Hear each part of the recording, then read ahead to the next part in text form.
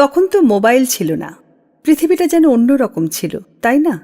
যখনই চাই তখনই ডায়াল করে গলা শুনতে পাওয়া যেত না, ইচ্ছে করলে মনের কথা লিখে পাঠিয়ে দেওয়া যেত না SMS-এ।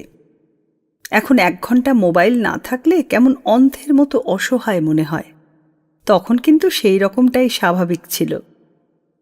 দেখা করে ফিরে আসার পরের সময়টুকু কি ভীষণভাবে একে অপরকে মিস করা, কথা বলতে চাওয়া, গলার কাছে আটকে থাকা কথার ঝাঁক, অথচ উপায় নেই বলার। আর সেই নিরুপায় সন্ধেগুলোকে সেভাবেই উপভোগ করতাম আমরা। মনে আছে সেই অঝোর বৃষ্টির সন্ধেবেলায় প্রচুর কথা আটকে ছিল গলার কাছে। আমাকে পৌঁছে দিয়ে যখন ফিরে যাচ্ছ তুমি, ঝাপসা বৃষ্টির মধ্যে আরও ঝাপসা হয়ে মিলিয়ে যাচ্ছ ম্যালের দিকে, মনে হচ্ছিল সব কটা কথা এক নিঃশ্বাসে বলে ফেলি। পারিনি, কেবল ভরসা রেখেছিলাম আকাশের ওই কবিতাটার ওপর। সেই তোমাকে বুঝিয়ে বলতে পারবে আমার কথা, পেরেও ছিল। পরদিন বিকেলে আমার জানলার গ্রিলে আটকে ছিল একটা হলদে পোস্ট-ইট। তাতে লেখা ছিল,